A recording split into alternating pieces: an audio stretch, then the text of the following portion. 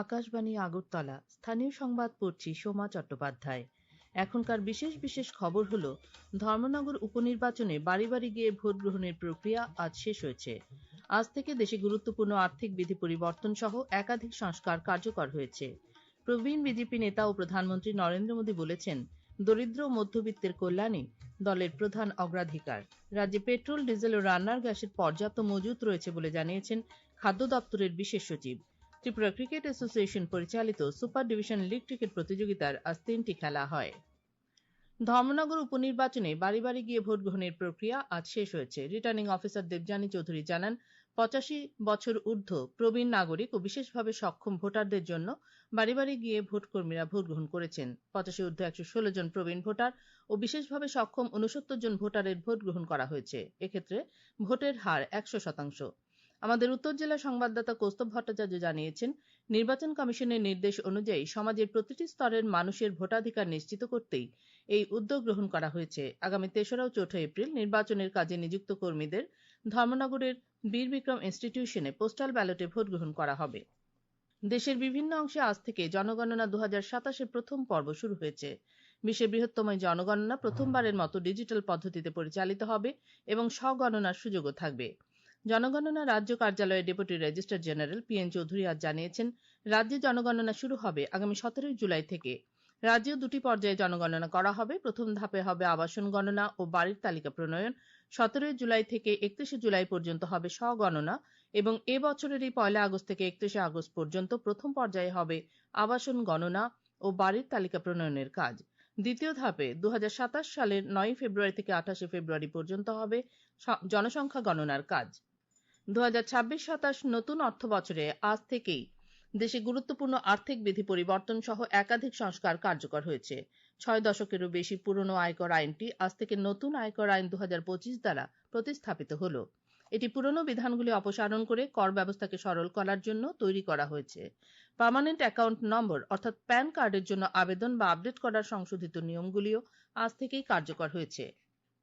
মুখ্য সচিব JK সিনহা বলেছেন, নতুন নতুন উদ্ভাবনী শক্তিকে কাজে লাগিয়ে সবাই ঐক্যবদ্ধভাবে কাজ করলে আগামী দিনে বিকশিত ত্রিপুরা গড়ার লক্ষ্যে দ্রুত পৌঁছানো সম্ভব হবে। আজ আগরতলার প্রজ্ঞা ভবনে কমপ্লায়েন্স রিডাকশন ও ডিরেগুলেশন বিষয়ক স্টেক হোল্ডার কর্মশালায় তিনি কথা বলেন।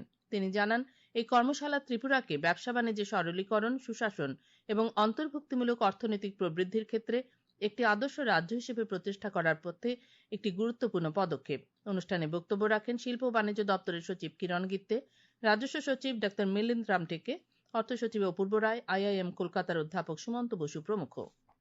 এডিসি নির্বাচনকে সামনে রেখে মুখ্যমন্ত্রী অধ্যাপক ডা মানিক সাহা আজ আগরতলায় বিজেপির প্রচার গাড়ির সূচনা করেন। মুখ্যমন্ত্রী বলেন, আসন্ন নির্বাচনে এই প্রচার অভিযান জনজাতি এলাকার প্রতিটি প্রান্তে পৌঁছে উন্নয়ন, শান্তি ও জনকল্যাণের বার্তা ছড়িয়ে দেবে। জাতি জনজাতি অংশের জনগণকে সঙ্গে নিয়ে এক ত্রিপুরা শ্রেষ্ঠ ত্রিপুরা ও শক্তিশালী ত্রিপুরা গড়ে তোলা সম্ভব হবে। মুখ্যমন্ত্রী ডা সাহা আজ দক্ষিণ জেলার লক্ষ্মীছড়ায় এডিসির বীরচন্দ্র কলসি আসনের বিজেপি প্রার্থী সঞ্জীব রিয়াং এর সমর্থনে এক নির্বাচনী সভায় বক্তব্য রাখেন।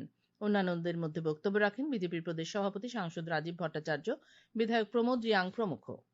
প্রদেশ কংগ্রেস সভাপতি আশিস কুমার সাহা আগরতলায় এক সাংবাদিক সম্মেলনে দাবি করেছেন, কংগ্রেস ক্ষমতায় এলে এডিসি এলাকার প্রকৃত উন্নয়ন করা হবে। তিনি এডিসির বর্তমান কর্তৃপক্ষের কাজকর্মের সমালোচনা করেন। তিনি বলেন, এডিসি নির্বাচনে কংগ্রেস 27টি আসনে ও ত্রিপুরা পিপলস পার্টি একটি আসনে প্রতিদ্বন্দ্বিতা করছে। ঊনকোটি জেলার কুমারঘাটের গীতাঞ্জলি অডিটোরিয়ামে আজ ভোটকর্মীদের মহড়া অনুষ্ঠিত হয়। এডিসির মাছমারা ও করমছড়া আসনের জন্য এই মহড়ায় অংশ নেন 102টি দলের মোট 510 জন ভোটকর্মী। রিটার্নিং অফিসার তথা কুমারঘাটের SDM NS চাকমা জানান, সুষ্ঠু, অবাধ ও শান্তিপূর্ণভাবে ভোট পর্ব সম্পন্ন করতে যথাযথ প্রস্তুতি নেওয়া হচ্ছে। আপনারা এই খবর শুনছেন আকাশবাণীর আগরতলা কেন্দ্র থেকে। আকাশবাণীর সংবাদের আপডেট পেতে লগ ইন করুন www.newsonair.com এবং নিউজ অন এআইআর অ্যাপ এবং টুইটার ও ফেসবুক প্ল্যাটফর্মে এআইআর নিউজ এলআরসি, ইউটিউবে লক্ষ্য করুন নিউজ অন এআইআর অফিসিয়ালে। এছাড়াও আকাশবাণী আগরতলার সংবাদ আপডেট পেতে দেখুন টুইটার বা এক্স হ্যান্ডেলে আকাশবাণী নিউজ আগরতলা, ফেসবুকে এআইআর নিউজ আগরতলা এবং ইউটিউবে আকাশবাণী নিউজ আগরতলা। প্রবীণ বিজেপি নেতা ও প্রধানমন্ত্রী নরেন্দ্র মোদী আজ বলেছেন, দরিদ্র মধ্যবিত্তের কল্যাণে দলের প্রধান অগ্রাধিকার। আসামের গোগামুখে এক নির্বাচনী জনসভায় ভাষণ প্রসঙ্গে তিনি বলেন, বিজেপি অন্তর্ভুক্তিমূলক উন্নয়নের স্বার্থে পরিকাঠামো, শিক্ষা এবং স্বাস্থ্য পরিষেবার উপর ধারাবাহিকভাবে গুরুত্ব দিয়ে আসছে। শ্রী মোদী বলেন, আসামে এনডিএ শাসনের গত 10 বছরে রাজ্যটি উল্লেখযোগ্য অগ্রগতির সাক্ষী হয়েছে।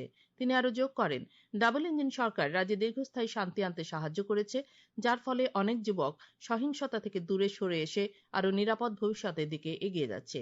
বিশ্বনাথের দ্বিতীয় জনসভায় ভাষণ দিতে গিয়ে শ্রী মোদী বলেন, বিজেপির লক্ষ্য হল একটি আত্মনির্ভর আসাম গড়ে তোলা। বিজেপির নির্বাচনী ইস্তেহারের কথা উল্লেখ করে শ্রী মোদী বলেন, এতে পরিকাঠামো, কর্মসংস্থান সৃষ্টি এবং শিক্ষা খাতে বড় বিনিয়োগের প্রতিশ্রুতি দেওয়া হয়েছে। তিনি আরো বলেন, রাজ্যের আদিবাসী সংস্কৃতি ও ঐতিহ্য রক্ষার জন্য একটি অভিন্ন দেওয়ানি বিধি বাস্তবায়নের লক্ষ্যে কাজ করার প্রতিশ্রুতি রয়েছে নির্বাচনী ইস্তেহারে। मैं आज जितने भी जनजातीय समाज है सभी को आश्वासन देने आया हूं कि सबके सपनों, सबकी आकांक्षाओं को पूरा किया जाएगा। भाजपा विकास और विरासत दोनों के लिए काम करने वाली पार्टी है। आपकी संस्कृति और आपके सपनों को बीजेपी पूरा सम्मान दे रही है और आगे भी आपकी आकांक्षाओं का हम पूरा ध्यान रखेंगे। রাজ্যে পেট্রোল, ডিজেল ও রান্নার গ্যাসের পর্যাপ্ত মজুত রয়েছে। আজ আগরতলায় এক সাংবাদিক সম্মেলনে খাদ্য দপ্তরের বিশেষ সচিব দেবপ্রিয় বর্ধন একথা জানান। তিনি বলেন, রাজ্য সরকার রাজ্যে নিত্য প্রয়োজনীয় পণ্য সামগ্রীর মূল্য নিয়ন্ত্রণে নিয়মিত নজরদারি করছে। পেট্রোল পাম্পগুলিতেও নজরদারি রাখা হয়েছে। তিনি জানান, শেকেরকোটে আইওসিএল এর ডিপো তৈরির কাজ এগিয়ে চলেছে। আগামী জুলাই-আগস্ট মাসের মধ্যে কাজ শেষ হবে বলে আশা করা যাচ্ছে। এদিকে পশ্চিম এশিয়ায় উদ্ভূত বর্তমান সংঘাতের পরিপ্রেক্ষিতে বাণিজ্যিক এলপিজি গ্যাস সিলিন্ডারের দাম 155 টাকা 50 পয়সা বৃদ্ধি করা হয়েছে।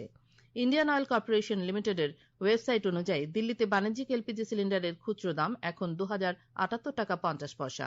কলকাতায় এই দাম বেড়ে হয়েছে 2208 টাকা। রাজ্যেও 19 কেজি ওজনের বাণিজ্যিক গ্যাসের দাম সিলিন্ডার পিছু 2369 টাকা 5 পয়সা থেকে বেড়ে হয়েছে 2587 টাকা। 19 কেজি ওজনের বাণিজ্যিক এলপিজি সিলিন্ডারে এই সংশোধিত মূল্য আজ থেকেই কার্যকর হয়েছে। বিদ্যুৎ মন্ত্রী রতনলাল নাথ আজ মোহনপুর মহকুমার শম্ভুরামপাড়ায় বজরংনগর ওয়াকিনগর কেন্দ্রে বিজেপি মনোনীত প্রার্থী রণবীর দেববর্মার সমর্থনে এক নির্বাচনী সভায় বক্তব্য রাখেন। তিনি বলেন, রাজ্য সরকার জনজাতিদের ভাষার উন্নয়নে কাজ করছে। স্বসহায়ক দল গঠন করে রাজ্যে বহু জনজাতি পরিবারের আর্থিক উন্নতি হয়েছে। এবছরের মার্চ মাসে জিএসটি সংগ্রহ গত বছরের একই মাসের তুলনায় 8.8% বৃদ্ধি পেয়ে 2 লক্ষ কোটি টাকারও বেশি হয়েছে। 2025 সালের মার্চ মাসে মোট জিএসটির রাজস্ব ছিল 1,83,000 কোটি টাকারও বেশি। অর্থ মন্ত্রণালয়ের মতে এই বছরের মার্চ মাসে কেন্দ্রীয় জিএসটি সংগ্রহ দাঁড়িয়েছে 40,549 কোটি টাকা এবং রাজ্য জিএসটি হয়েছে 53,268 কোটি টাকা। খেলার খবর। ত্রিপুরা ক্রিকেট অ্যাসোসিয়েশন পরিচালিত সুপার ডিভিশন লীগ ক্রিকেট প্রতিযোগিতার আজ 3টি খেলা অনুষ্ঠিত হয়। এমবিবি স্টেডিয়ামে জয়নগর ক্রিকেট ক্লাব 188 রানে সংহতি ক্লাবকে, নরসিংগড়ের পিটিএ মাঠে ব্লাডমাউথ ক্লাব 9 উইকেটে স্ফুলিঙ্গ ক্লাবকে এবং টিআইটি মাঠে শতদল সংঘ 8 উইকেটে হারবে ক্লাবকে হারিয়ে দেয়। ত্রিপুরা ফুটবল অ্যাসোসিয়েশন পরিচালিত কাজল স্মৃতি ফুটবলের আজ 2টি খেলা হয়। উমাকান্ত মিনি স্টেডিয়ামে অনুষ্ঠিত খেলায় ত্রিপুরা স্পোর্টস স্কুল 14-0 গোলে মধুবনডুকলি প্লে সেন্টারকে পরাজিত করে। এছাড়া আগরতলা সিটি ফুটবল ক্লাব ও আস্তাবল স্পোর্টস অ্যান্ড কোচিং সেন্টারের খেলাটি গোলশূন্য ড্র হয়। আবহাওয়া। আগামী 24 ঘন্টায় রাজ্যের সবকটি জেলায় বজ্রবিদ্যুৎ সহ বৃষ্টির সম্ভাবনা আছে বলে জানিয়েছে আবহাওয়া দপ্তর।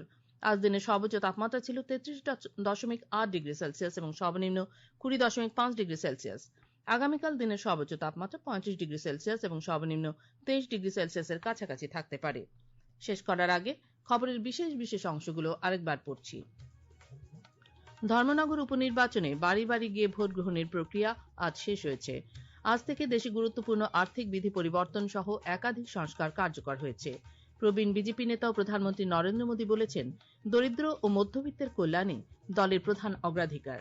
রাজ্যে পেট্রোল, ডিজেল ও রান্নার গ্যাসের পর্যাপ্ত মজুত রয়েছে বলে জানিয়েছেন খাদ্য দপ্তরের বিশেষ সচিব। ত্রিপুরা ক্রিকেট অ্যাসোসিয়েশন পরিচালিত সুপার ডিভিশন লীগ ক্রিকেট প্রতিযোগিতার আজ 3টি খেলা হয়। স্থানীয় সংবাদ আজকের মতো এখানেই শেষ হলো। পরবর্তী বাংলা স্থানীয় সংবাদ প্রচারিত হবে আগামীকাল সকাল 7:35